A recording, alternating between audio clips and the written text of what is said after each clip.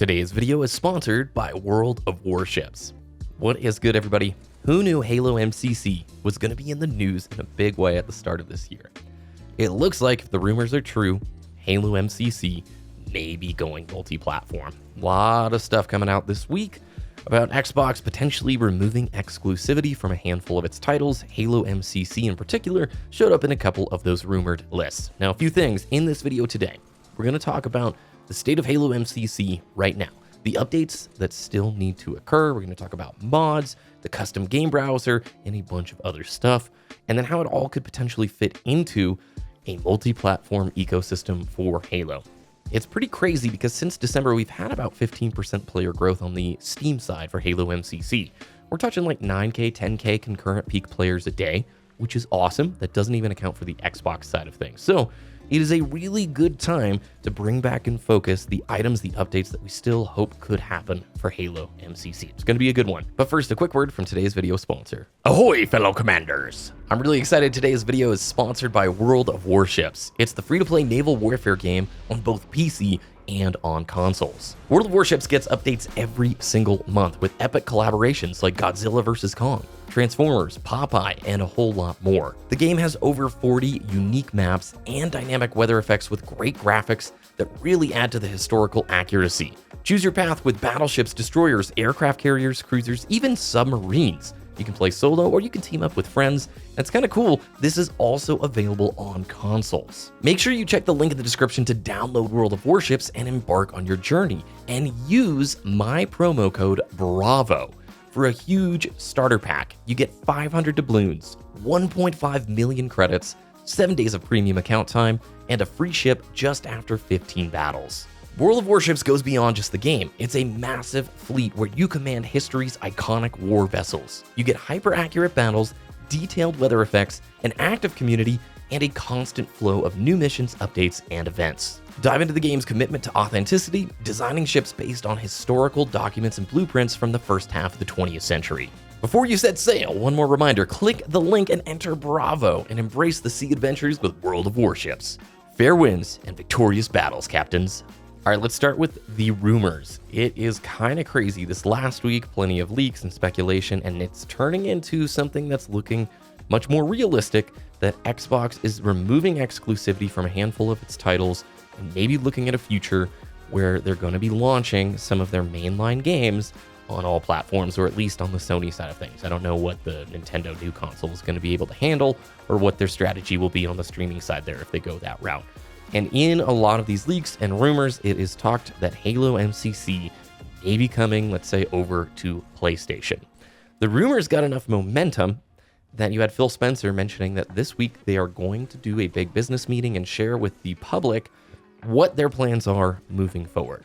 I don't know necessarily when this video is going live. I'm recording it here on the weekend. So if the big news is already broken, great. But this isn't going to really be affected by it.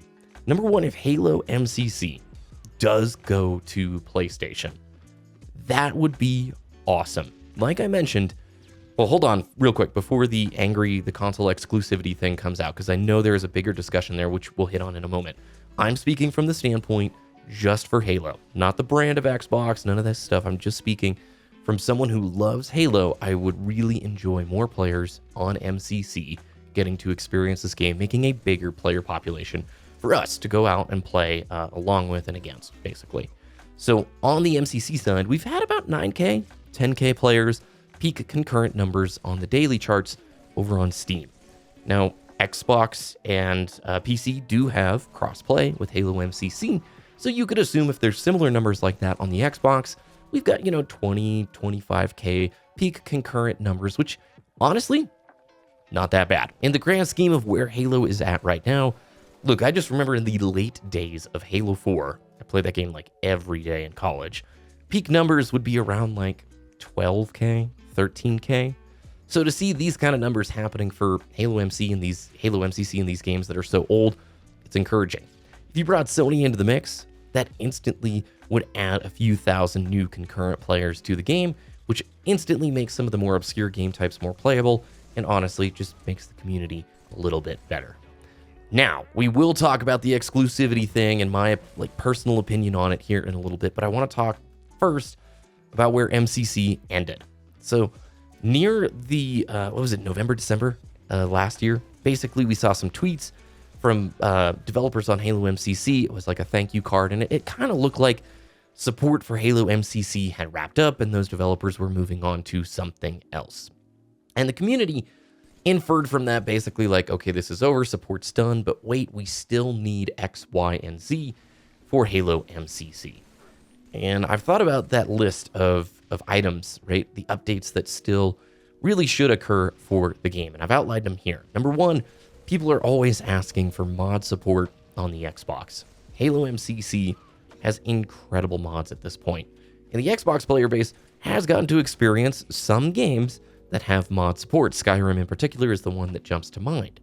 I do think if you want a long future for Halo MCC, bringing that mod support over to the console side would be pretty darn important. I think it would also be important too if you had that support on the custom game browser. If any of you play, let's say, a Counter-Strike game, right? You go into the server browser and you launch into a map or a game mode that you don't have. Let's say it's like a surf session. Well, I'm not going to go out to Nexus Mods and go download a big batch of surf maps just so that I can go and play it. What Counter-Strike does is they automatically download the mods needed for that particular session, and then you just go and you play.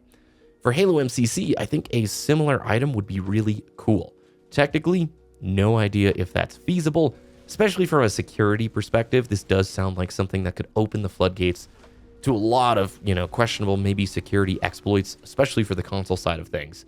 But as a player, not an engineer, not somebody who understands it, I just know that would be a phenomenal way for people to access the great mods available for Halo MCC in a more accessible way. Realistically, I don't see 343 nominating or electing like a big team to support Halo MCC moving forward, but realistically, I do think that the modders could be the ones who support this game long term. There are so many cool Halo 3 maps that have now been built with those dev tools. Why not put them in matchmaking? And if there's a way to support those modders, that would be amazing. Like some sort of accessible way where this is sustainable for people who are creating content for the game. Now, moving on from the mods or the modded custom game browser idea, there are some, items that I think should be, at least for the preservation's sake, prioritized. Fixing Halo 2 Classic's audio. I think having the old loading screens back as an option would be really great. The CE cutscene aspect ratio is still not correct. They need to remove the black bars, kind of like Halo 2 Classic. I think fixing the animation frame rate for Halo 2 cutscenes, some end credits, the original mission thumbnails. Players do want the film grain and the motion blur back as an option for Halo Reach. And I think, honestly, some of the old, like Bungie intro video animations would be really cool. These are all minor, more, preservation item things that would be nice to have, but not necessary for it to sustain and move forward. Let's briefly shift now to the more subjective conversation, the Xbox side of things, because I don't really wade into the console debate discussion. I'm mainly a PC player at this point. And a brief recap on my history. I've been gaming since I was very little. I think my first console was like an SNES or something like that. I love the PlayStation 2, and I did have an original Xbox, but it really was just to play Halo and Halo 2. Still a fan of the brand, have been from the beginning, but my biggest time of affinity, the time where I was really enjoying Xbox the most, was the 360 days. I think I had 3 different 360 consoles over, a 10-year span. The first red ringed, the second one got knocked over in my dorm room and broke, and then the third one was just a workhorse. I used that thing so much, and I loved the 360. It's probably my favorite multiplayer console of all time, like bar none. The Xbox Live party system, the friends list, the games, the arcade, I loved it. And I truly have not felt anything since, at least on the console side, do such a good job of building a strong, good multiplayer community. During the 360, there were amazing exclusives.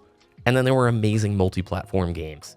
And it was so easy to recommend like a 360 to a friend. I did eventually get a PS3. Like, I still like the Sony side of things. But I had to wait because I'm not going to shell out the wet $600, right? So I waited years, then I got into it. So many awesome single-player games, and it just was a good time, but it never really resonated the way the 360 did with me. Sticking on the Xbox side, I really didn't want to pick up an Xbox One, especially after the initial E3 showings. It just didn't really resonate that hard with me. But I knew I needed to get this thing in order to play Halo MCC and then eventually Halo 5, and I picked it up. Honestly, it was my MCC and Destiny box. That's what that console was mainly used for.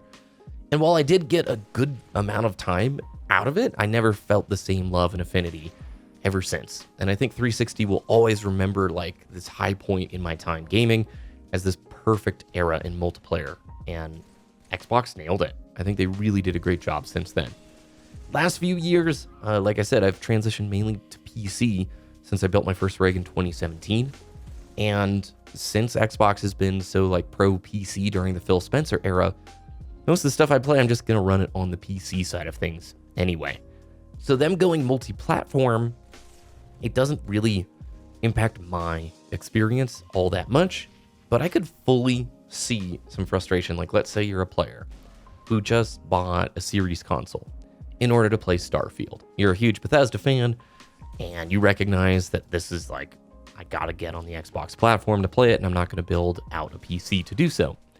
Sort of seeing this news, I could understand frustration for sure if you're somebody who's really invested in the Xbox ecosystem, and then all of a sudden, it doesn't necessarily make sense.